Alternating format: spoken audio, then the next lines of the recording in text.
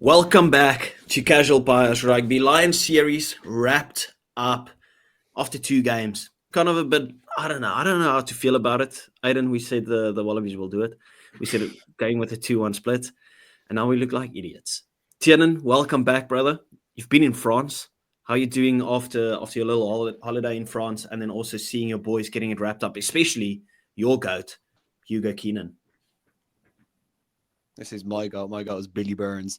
But yeah, no, it's good. Good to get to watch series win. I watched it in La Rochelle in a random Irish pub, and yeah, don't know, it was kind of weird. Bunch of English lads there. They were cheering on with them, so that's why you love the Lions. Everyone come together. We're normally enemies, but yeah, I'm back. It's a good few weeks. Yeah, just before we go to Aiden, I don't think I've asked this before. I can't even remember. How does it feel to kind of support a team with your greatest rivals? Have you gotten used to it over the years, or is it still just like a strange phenomenon? No, it's weird. I don't like it. You don't like it? Do you rep the British and Irish Lions jersey? No. I don't. Because it's got the English flag on it. So he's like, fuck that. I'm not doing that shit. Nope. Not buying Aiden, how are we feeling? The South didn't represent us too well. What's going on? Nah, so to be fair, that game was close, very close, closer than. And we'll get into that. Every pundit, regardless of what we'll get to later, every pundit said it was going to be Lions by 15 plus, and they were down by 18 points at one point in that game.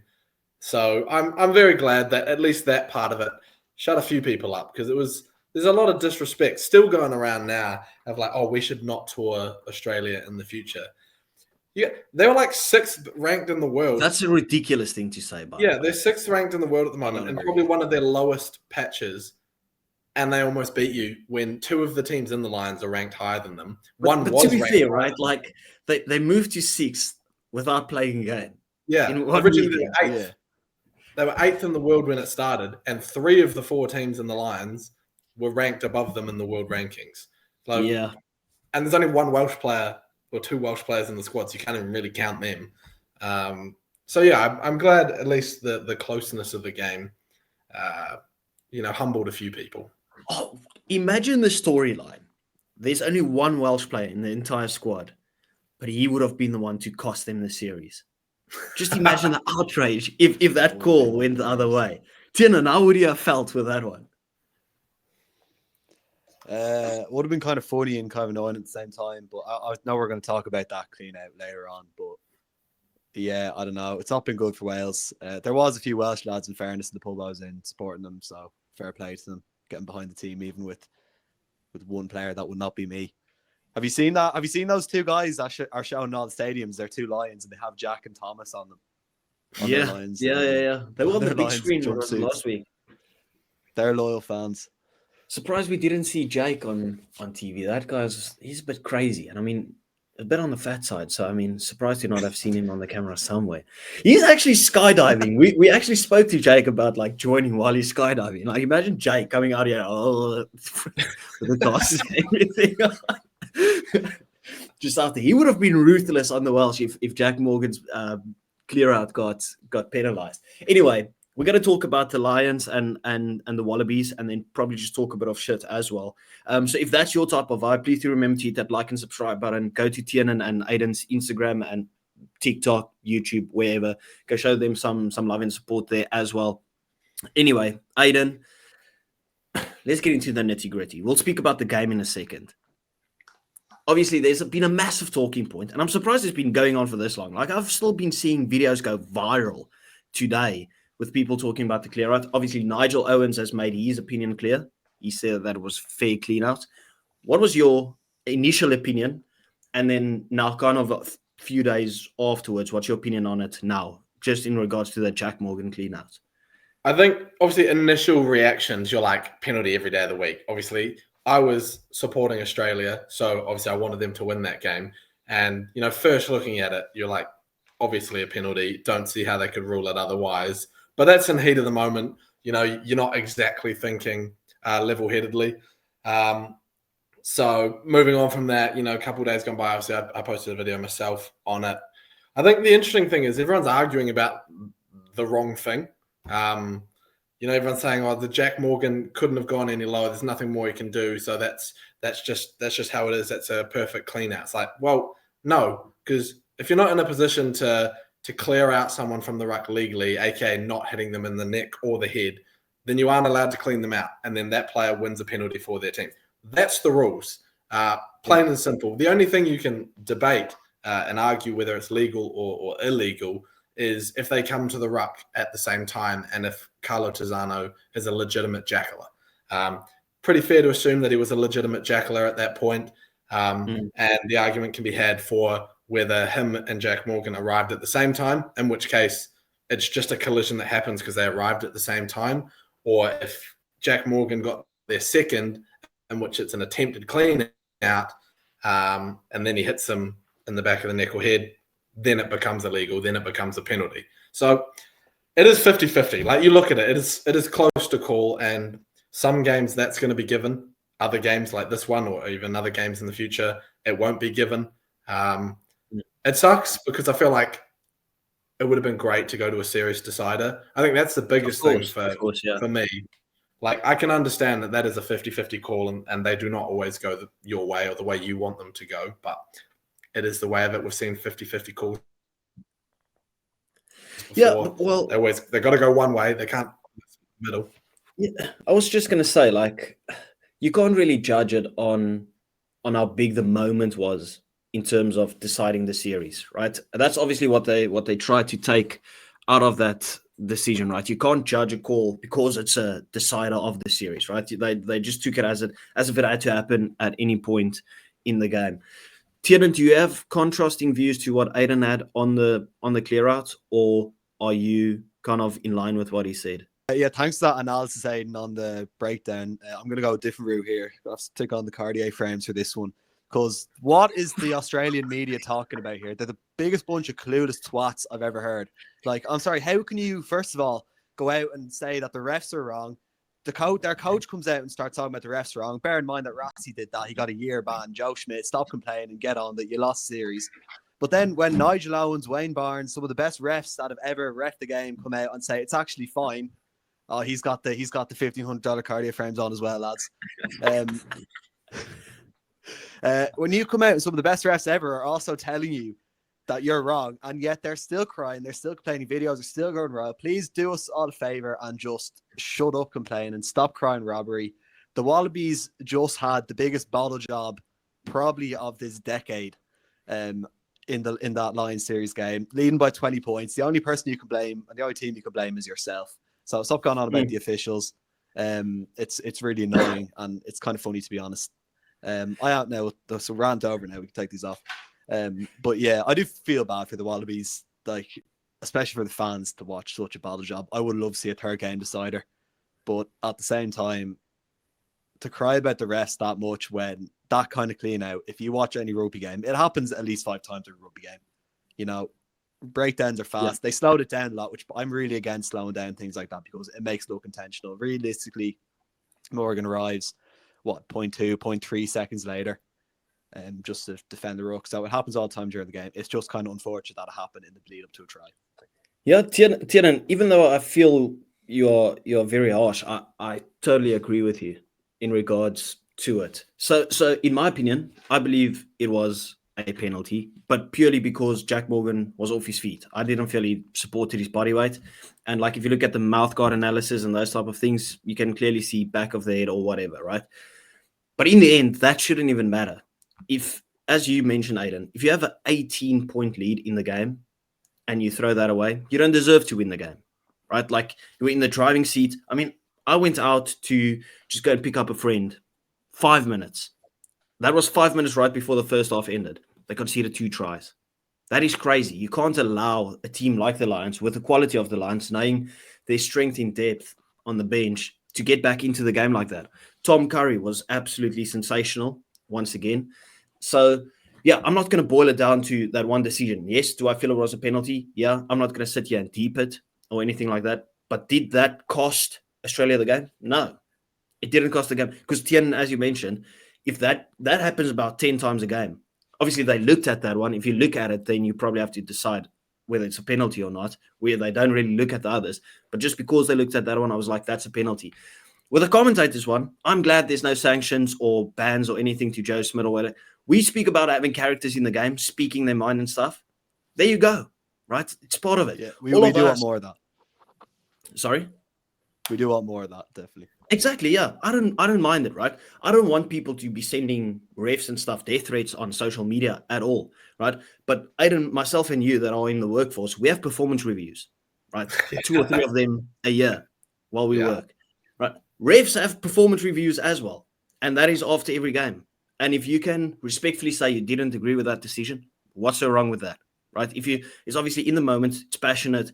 Everyone knows how big the moment was, not the moment, how big this game as a moment was for the Wallabies and stuff. And I thought that they performed very well. Like, you can see the progress of this Wallaby team, but in the same breath, you just got to tip your cap and say, well done to the Lions, right? To come back from there is sensational. A lot of teams would have had a defeated mindset after going down with 18 points. You look at the bounce back that the Lions have had since that Argentina game, where even myself has been very harsh on them. We're just like, that did not look good at all, because the Argentinian team didn't have a lot of time as well. The bounce back. And all of a sudden, I'm like, well, this could easily end up 3-0 now, because I was like, the Wallabies are taking the last 2, and now that it's all kind of written off. Tiernan, you reckon Andy Farrell will go full strength to make it 3-0? Or do you reckon they kind of go a bit rotational? I haven't seen any of the news. My bad, I've been a bit out of it this week. What are we thinking for that third game in terms of the squad? I definitely think we see a bit of rotation. Like, there's a few players like Van der Fleer, Morgan that deserve a test start, so I think we'll get them. But you say it's a B team, but it's not a B team. They're still world class players bringing in. So I think he'll give a few more guys test caps, but at the same time, it's still gonna be a strong squad. And realistically, I think any team that the Lions put out would beat the Wallabies. I just think they had a bit of a purple patch in that game and scored a few tries, but I think so you just kind of think they take that momentum forward into the final one as well, right? Unless they've been on the piss all week, that might not go well for them. They probably would have been. They probably would have been. Yeah. They would have had a barbarian Farrell week. said they're going to do. Yeah. And Anzac week. Maybe we're going to see like 40-0 from the Wallabies now. Possibly. Well, Aiden, there's no Rob Valentini confirmed, which is massive. How good was he when he came back? Holy shit. Talk about him and Skelton, they changed the game. Why did they have to? I still don't know if there was an injury that he came off at halftime or what it was. He was the best player on the pitch for 40 minutes.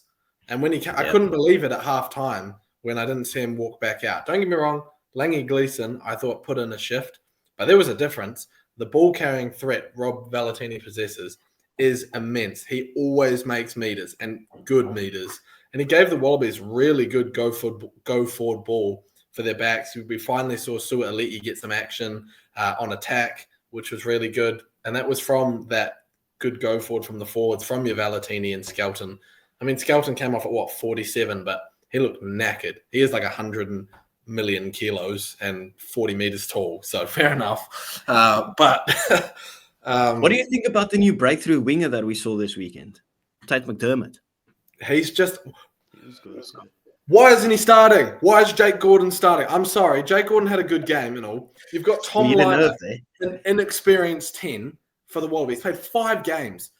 And you put Jake Gordon at 9 when he has Tate McDermott on the bench, the guy he plays multiple seasons with at the Reds, and they have got a great connection. Why are we not playing them together? I don't understand it.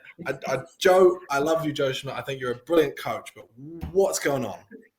What's going on? The way that Aiden's ranting, you would swear he sang the national anthem of Australia with him, bro. Yeah. That guy is absolutely boiling out there. It just makes no sense. I just don't get it. Yeah. Aiden, did you watch the game while being on the piss on the golf course? 12 in the morning. Wait, no, I watched it at home. It was last weekend, wasn't it? That was the first game. I was away the game before. Losing track of time, yeah. I thought you were on your golf trip. No, I was live.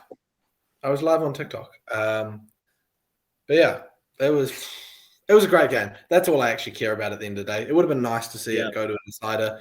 Would always been made the final test a bit more exciting, but it was a brilliant game of watching. I enjoyed it for 80 minutes. It was one of the best games I've seen in a while. So it's a positive for Australia. They are getting better.